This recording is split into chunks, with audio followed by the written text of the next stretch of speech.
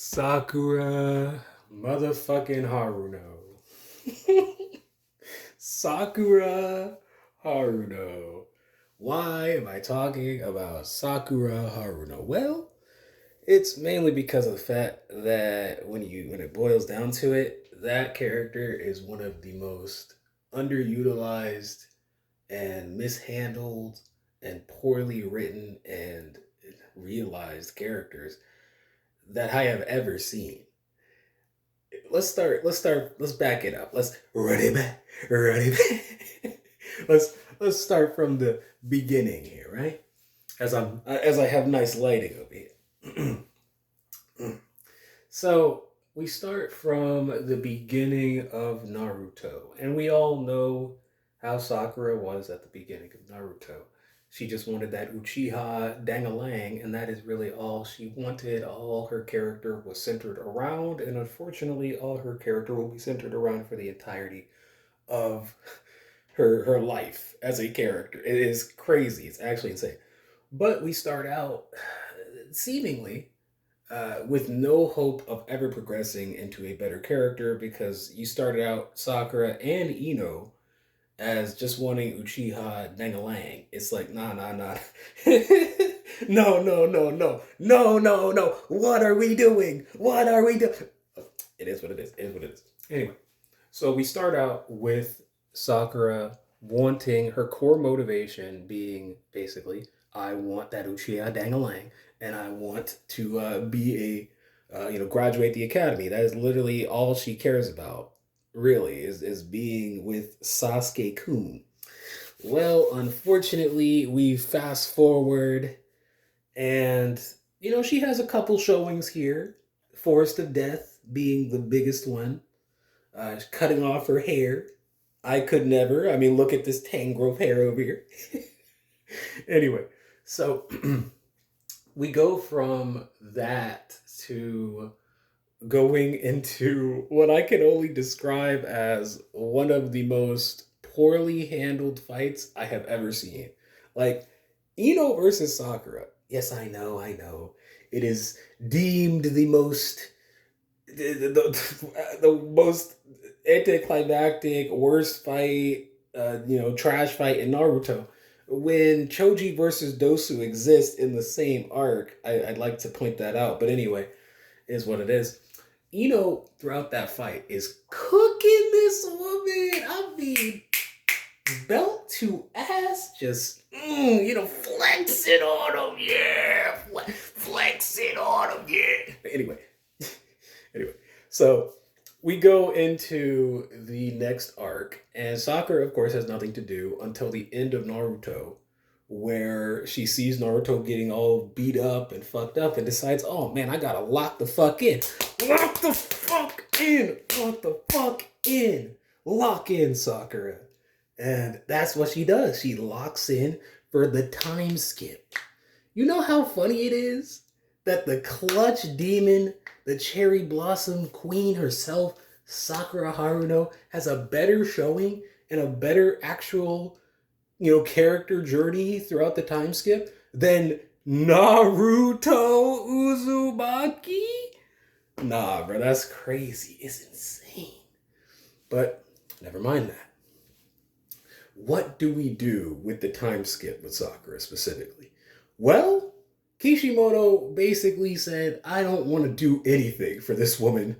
So I'm gonna just throw something out there, man. I'm gonna give her the copied move set like she's a call from a WWE game when they were actually really good.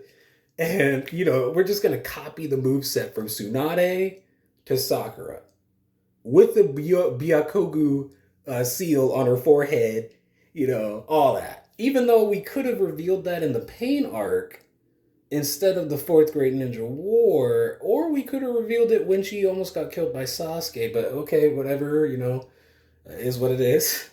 But that Byakugo seal, that forehead diamond on her fucking head, it really should have been the culmination of her character growth. How she left, in this case, we're not going to get into what should have happened. Let's just go over what happened, right? We go from the Rescue Kazekage arc and Sakura being the fucking goat, the underrated fucking goat, and the clutch demon of that arc. Again, she has a better showing than Naruto Uzumaki, and I'd also say Sasuke too, because of the fact that she's just more impressive. Like with Sasuke, we already knew he was a skilled ninja. That is literally the main thing we knew about him, is how skilled he was when we had the bell test. But Sakura, she was a fucking jobber. She was a jobber. Nah, motherfucker. We had Kakashi Hatake himself being like, Sakura, it's good to see you. It's been a long time. Motherfucker, where you been? Where you been, motherfucker? What the hell? It is what it is. So we go from Sakura saving Kankuro and beating Sasori with the help of Granny Chiyo and watching Granny Chiyo die, unfortunately, to you would think I would say, oh, well, there's something else for her. Nope. She ain't getting nothing for the rest of the series until the final arc, excluding the fact that there is very little reason to not give her anything other than just straight up, I don't want to fucking be bothered, which is the only thing I could really think of. Like, that's the only thing I could really think of with that. But either way, we go from the Kazekage getting rescued and all that to Sakura in the pain arc. I know, huge fucking jump. But Sakura in the pain arc, we don't get anything. We don't get her fighting Conan with Ito and Hinata. Like, the opening made me excited. I'm rubbing my hands together like, yeah, woohoo. And then, oh, slap me up, beat my ass, throw me out to the street, straight up, which is what happened when I found out, well, there was no Ino, Sakura, and fucking Hinata Hyuga over here going crazy fighting Conan in the streets of Konoha. Nah. In the streets of the Elite Village. Nah, we ain't getting none of that. None of that. No, got me wanting to put you in a fucking submission hold and squeeze tight. Because what the fuck was that? What the fuck? Why are you doing that to me? But whatever. Why are you doing that to us, Kishimoto? But whatever. Sakura, we get past the pain arc, right? And you might be thinking, oh my god, spirit, gold spirit over here. You surely this is enough. Surely there is nothing else you could say. No, there's more. There's more, and there is, of course. The character, as I put prayer hands, yeah, we're gonna start praying. We're gonna start fucking praying to Sakura because unfortunately, there is no way that the character is really actually well thought out or well realized or any of that. I mean, when we get into the fourth Great Ninja War, actually, you know what? Before we get into that, Five Kage Summit, Sakura's big fucking moment, her big moment, is to lie about her feelings specifically for Naruto because I'm convinced she was in love with this man and the narrative supported this. Kishimoto supported this until he said, I don't really know about all that. Okay. Tell your wife that, bro, because I clearly, like, Narusaku was the way to go for her, but whatever, Either way, we get into Sakura, her fake confession, and I'm gonna crash out just thinking about it. Whew. The way that they handled this is one of the most character assassinating, what the fuck are you doing moments I have ever seen in any anime or manga, and I've seen a lot of them. But anyway, Sakura fake confesses. And we all know the scene. If you don't, you don't, whatever. But it's basically just, okay, I'm in love with you. Oh, don't lie to you. I hate people that lie to themselves, etc., etc. Unfortunately for Sakura, she doesn't get a moment of character growth or development from this moment. We do not get any fucking thing. We don't get a goddamn thing. And it's extraordinarily frustrating because no matter how you feel about Sakura in part one, part two clearly showed at the beginning that there is a character in there that is worth really showing off.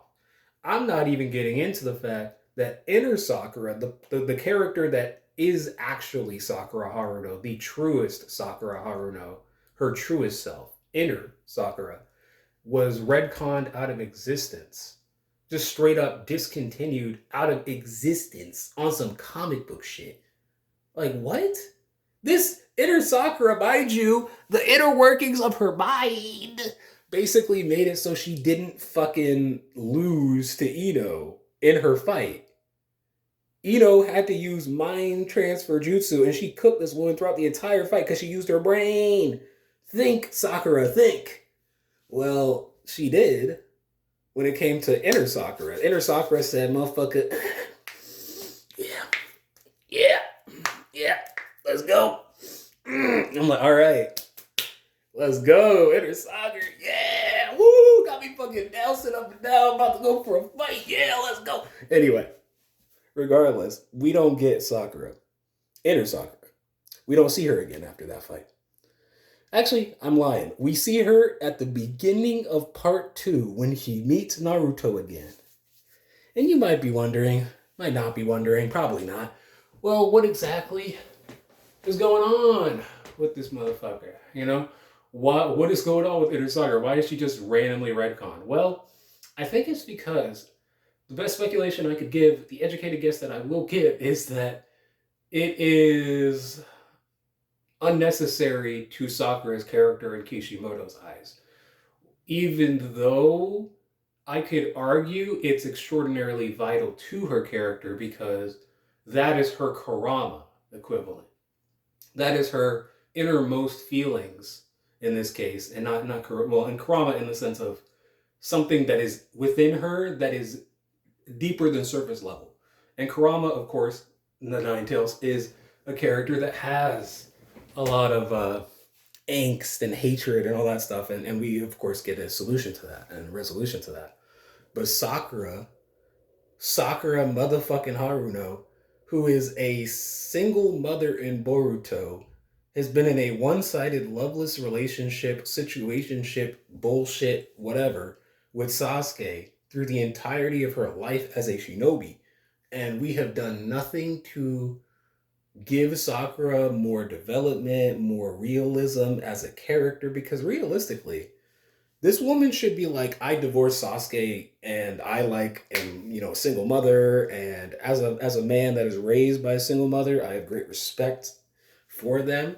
So when I was shown Sakura being one of the worst representations, it was not giving nothing. It was not giving none of this. It was not giving no good shit. It was not making me rub my hands together, baby. It was like, what the fuck is this? What the fuck are we doing? What are we doing with Sakura right now? A whole lot of nothing. A whole lot of nothing. And I guess that's really the main issue with Sakura. There is never anything done with the character that is for the better after the Sasori fight. Every moment after the Sasori fight is usually framed by her emotional vulnerability and volatile state. Basically, the whole "who will I save?" Sasuke or Naruto or Sasuke. I'm like, all right, that's ridiculous.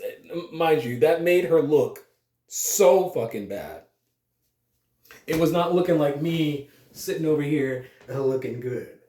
It's not that over here. And that is really the biggest issue with Sakura, that there is very little to care about, very little to understand that is worth a damn. And the great lost potential of Sakura Haruno. Let's just talk about it for a second, since I'm already talking for, however long. Sakura Haruno, from the beginning to the end, wants that Uchiha Dangalang. And unfortunately for her, we do not get her moving on from this shallow, short-sighted, very short fucking ceiling. We fucking turn our head up and we see the ceiling right there. Right inches away from our face. That is the room that Sakura as a character is in. Some small little box that she can never escape. And Sasuke and Naruto in the final arc, it being the weakest of the series, in my opinion, really don't get the development they need.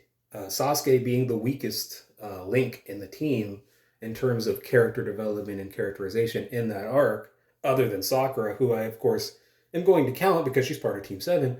But it's hard to even be genuine about counting her here and not, joke around because it's like Kishimoto didn't care.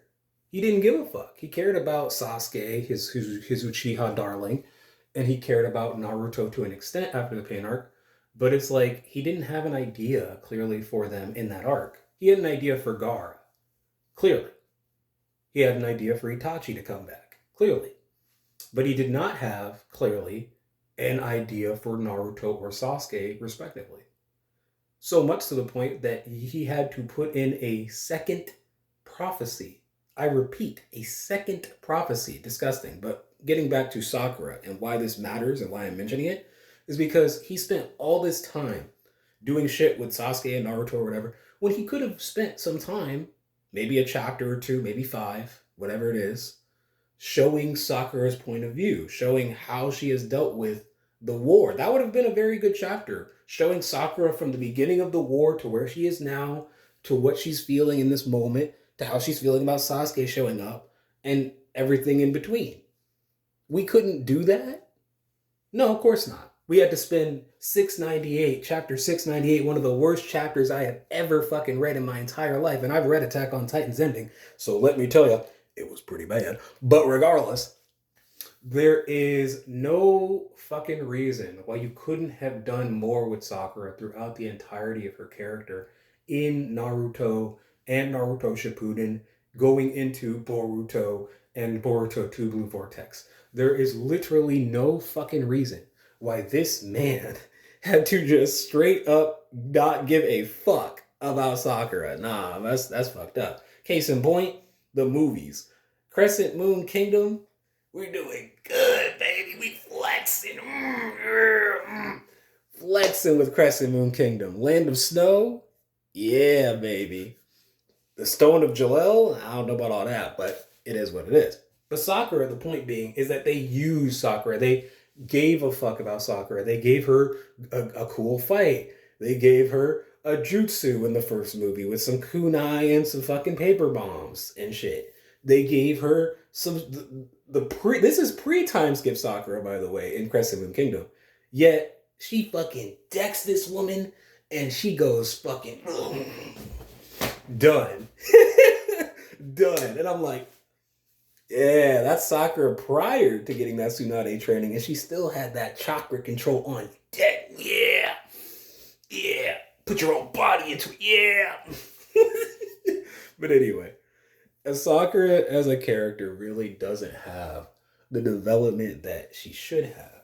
I turn my back on Sakura because what the fuck? What the fuck is going on here? I was not just trying to aura farm with the back turned and shit. Nah, but anyway.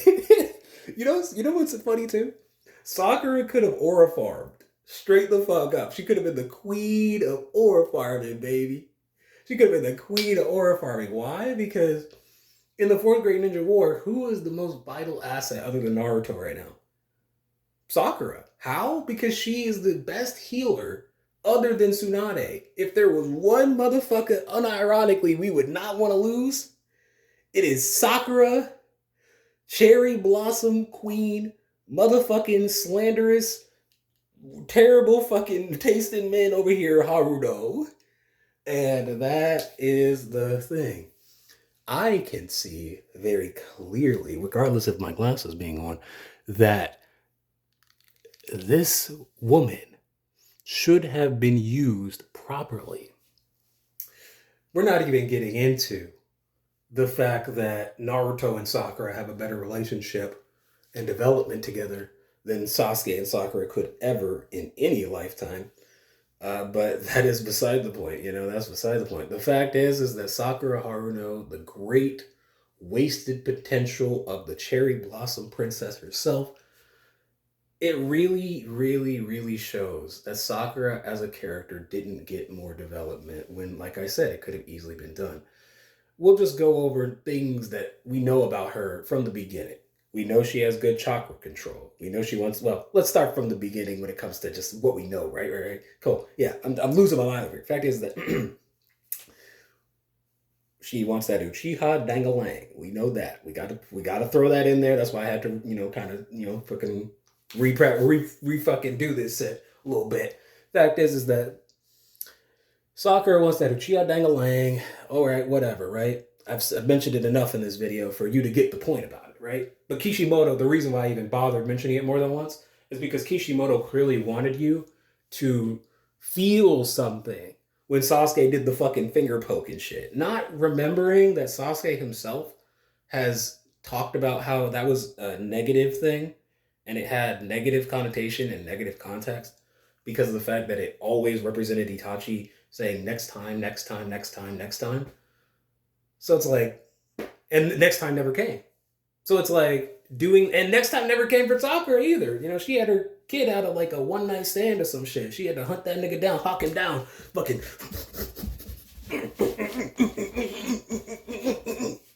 That's what she had to do. I just had to demonstrate that for you real quick. Anyway, regardless of my fucking shadowboxing in the camera shit, Sakura has good chakra control, better than Naruto and Sasuke, because we know that from her climbing the tree. Genjutsu, she has an affinity for Genjutsu, and Kakashi states that she might be able to surpass even the fifth Hokage, or in this case, Tsunade, Senju, respectively. Well, I don't know about all that, but clearly Sakura has a Genjutsu immunity. She's immune to Genjutsu. This was stated to us by Shikamaru, if I recall. But regardless, yeah, Shikamaru, if I recall, is the one that straight up told us this in the Chunin exams, that she had an immunity. Actually, no. Yeah, Shikamaru, if I recall, said this in the last, I think, wherever it was, basically. Her being immune to Genjutsu. I gotta take a seat, because what the fuck? What you mean? What you mean? She's immune to Genjutsu. So, is Inner Sakura the reason for this? That's my speculation. Is Inner Sakura the reason for this? Because the only instance of Inner Sakura doing anything straight the fuck up that affects the outside world and not just Sakura's inner fucking mental illness head or whatever the fuck. Maybe she needs to get that checked out. Regardless, the only instance of Inner Sakura that we know of that has been a big moment was when she fought Ino and resisted the mind transfer jutsu. And that's just a regular jutsu, mind you. That's not a genjutsu. So is Inner Sakura just a catch-all for any jutsu that can affect Sakura's mental state? That would make sense, given that it is Inner Sakura. And the fact that she resisted the mind transfer jutsu to the point of kicking out, not just resisted it, but overpowered it in that resistance. So that shows you the level of power that Inner Sakura has. In theory, since Kishimoto didn't want to do anything with her, she could have got hit with Tsukuyomi and been able to get out of it. Or Infinite Tsukuyomi and been able to get out of it. You know how beautiful it would have been? How beautiful it would have fucking been to see Sakura, Naruto, Sasuke, Team 7 back again, like they tried to fucking talk about. Nah, I am not giving you the bow of respect. Nah, motherfucker. Because if you had Inner Sakura being the reason why she resisted Infinite Tsukuyomi, and Sasuke's desire to protect Team 7, which is his true character, his true feelings in his heart, then that would be the reason why his Sharingan or his Dojutsu activated and resisted Infinite Tsukuyomi. Let's say that's the reason why he got out of it. Naruto, main character, but we'll just use Hinata, for example, since he loves Hinata, she loves him. That's all good and great and lovely. Well, that is the reason for him getting out of it is Sasuke reaches out with the two fingers and does the little, fucking hand gesture there, all that. Yeah, they do that. And that's how they get out of the Infinite Tsukuyomi together. Because as I said just now, Sasuke's true desire to be with and support and protect his found family, that being Team 7, even though it was not written well because this man tried to kill them multiple times. But, anyways, Sakura, who is the subject of this video, and the reason why I'm mentioning all of this, is that Sakura would be the catalyst for them to break out of Infinite Tsukuyomi, hypothetically here. And there's also just the development that I would give her as a character, falling out of love with Sasuke, etc. Anyways, I've talked long enough about Sakura motherfucking Haruno. And I hope you, if you cared about any of this and got to this point, hope you enjoyed. If you'd like, I would appreciate a like and subscribe, but that is your prerogative. I will see you next time.